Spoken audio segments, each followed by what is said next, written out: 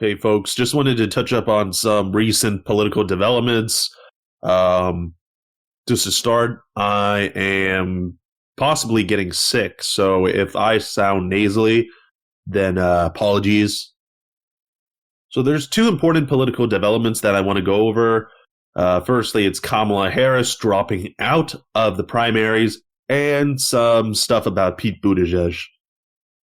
So firstly, obviously Kamala Harris is out. She's dropped out. She was considered the national frontrunner in several polls before, right at the beginning of the primary season. She had enthusiastic turnout at her announcement rally, and now she had to end her campaign. It was the rise and fall of Kamala. So what happened? Well, one thing's for sure. She had no message at all. She didn't have vision, no overarching strategy. She didn't know whether she wanted to be a progressive or a moderate. She oscillated, between the moderate side, the centrist side, the progressive side. She didn't know if she wanted to be the Bernie Sanders wing of the party or if she wanted to be, more associated with the Joe Biden side. So remember at the beginning of the debates, she posed as a progressive. She was, she made it clear that she was either the first or one of the first individuals that co-sponsored Bernie Sanders' Medicare for All bill. And she also raised her hand when asked if she wanted to abolish private insurance companies. And then she totally switched up. She had to backtrack on that, abolishing private insurance question. She was like, oh, I misheard the question. And she actually doesn't want to abolish private insurance. So then she totally waffled. She ended up having some sort of, public option in her plan that would expand Medicare, but it would also take 10 years to transition into, which is absolutely absurd. And it was kind of telling right off the bat, to be honest. Her announcement video was full of these nice flowery words that sounded good, and it talked about unity and lifting people's voices, but that was it. There was no substance to it. I think that was the theme of her campaign, a lack of substance. You want to be associated with, a particular issue or a particular fight. For Bernie Sanders, it's Medicare for All. For Elizabeth Warren, it's, tackling Wall Street corruption. For Pete Buttigieg, it's the Douglas Plan, the Medicare for All for those who want it. And for Beto, it was, it was the gun buybacks. So you want a firm progressive or a moderate stance. And for Kamala, she didn't know which to be, and voters can sense that. Then Tulsi Gabbard gave her the business and smashed her and just completely dunked on her in the debate.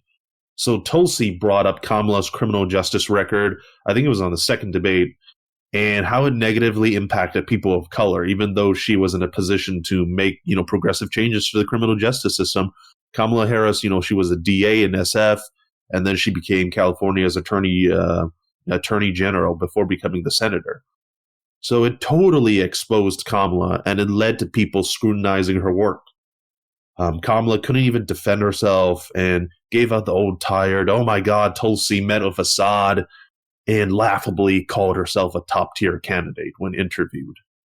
Like what Donald Trump would say, sad. At the last MSNBC debate, you could tell that Kamala Harris was still upset with Tulsi. And, I don't think it's unreasonable to say that Tulsi single-handedly destroyed her candidacy. Kamala had these, weird ideas that didn't even help her either. It didn't appeal to, working-class Americans. She hedged her bets on trying to get Elizabeth Warren to agree with her on having Donald Trump banned from Twitter. I mean, this is some seriously stupid crap that belongs in, a political drama or, a Twitter war, an online war. But not if you're a serious candidate for the presidency. She also proposed this ridiculous plan about lowering student debt. She wasn't going to cancel all of it, but she had an idea where if you were, a Pell Grant recipient, and if you opened a business for 3 years in a disadvantaged area, you could get $20,000 shaved off from your student loans. I mean, just cancel student debt. You don't have to do all these weird mean-tested strategies about getting rid of it. I mean, come on. It's ridiculous.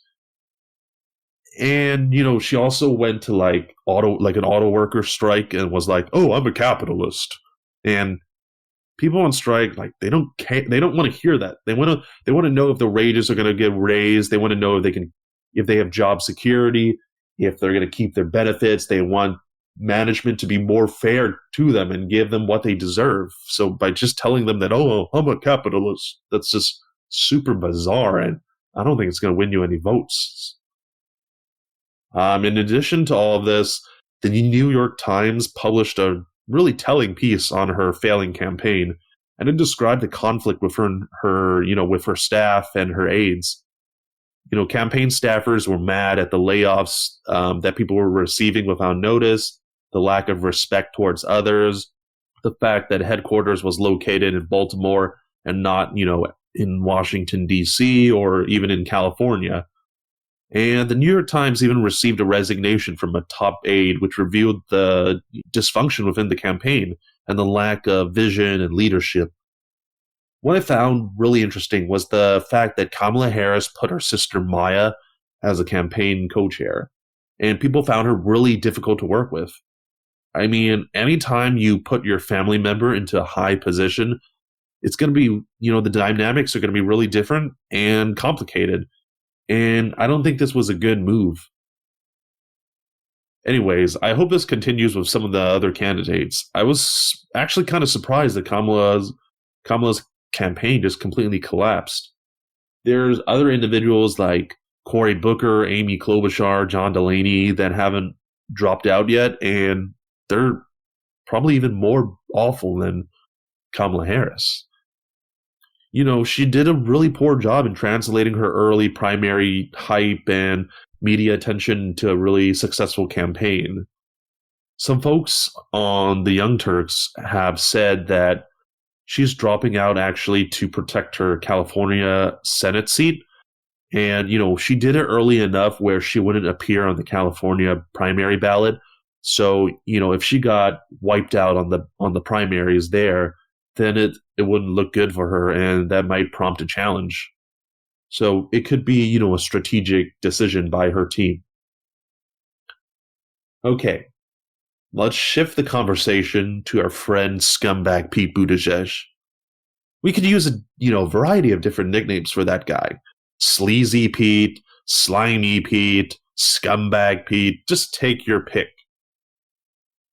More troubling news about Pete Buttigieg and his relationship to billionaires and private fundraisers. Check out this video.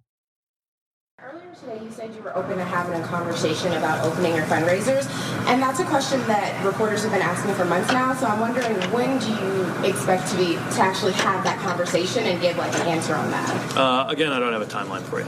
But as the candidate, can't you just direct your campaign to open those fundraisers? What's it?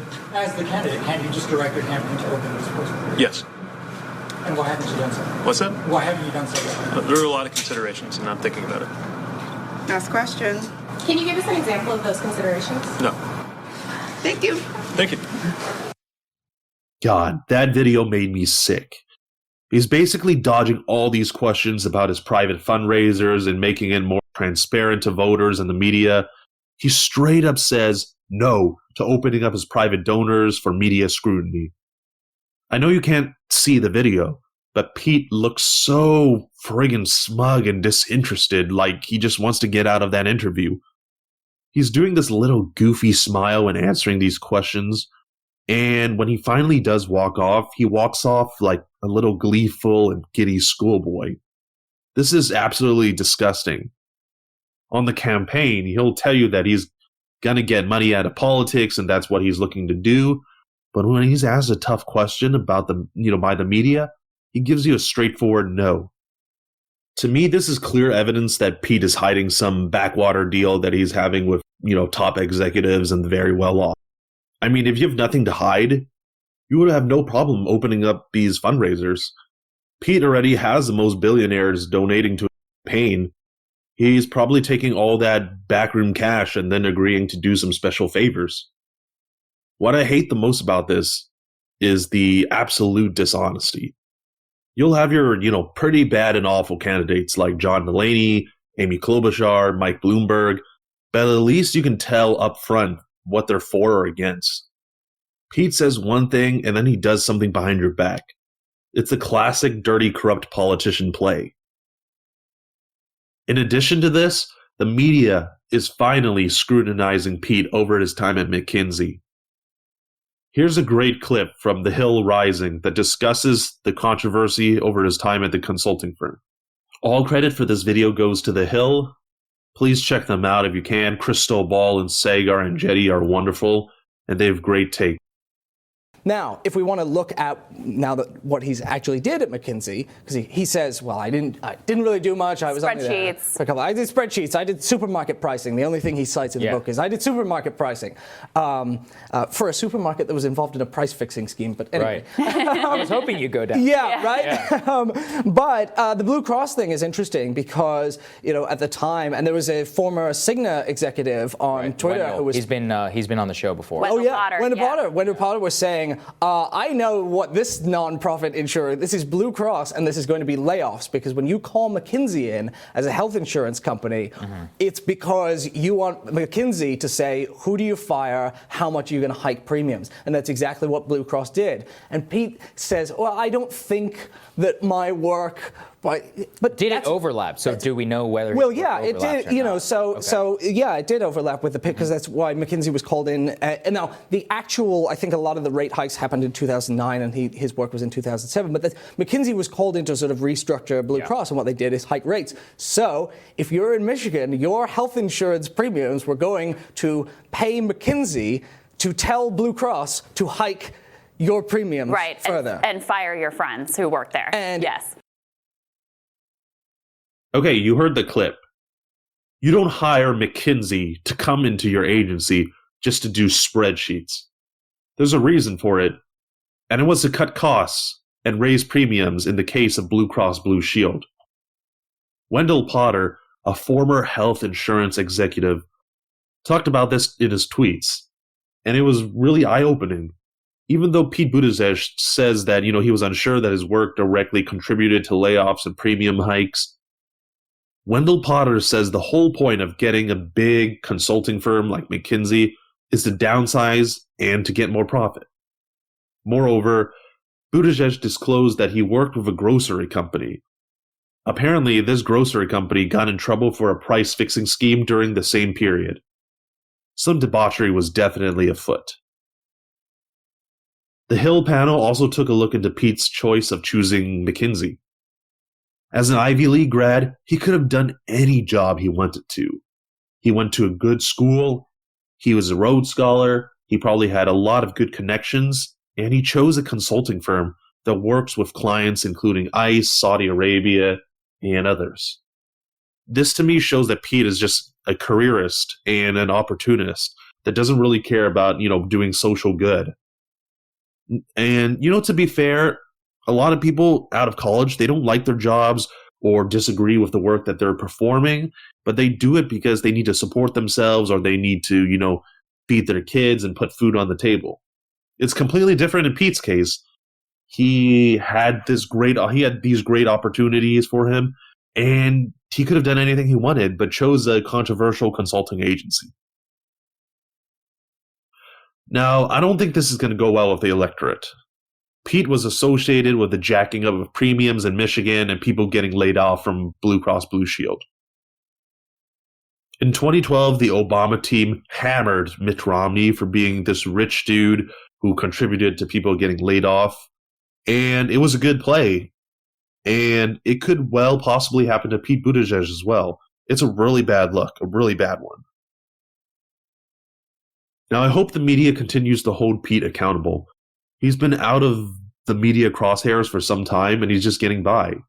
There's a lot of stuff that voters should be concerned about that Pete needs to clarify.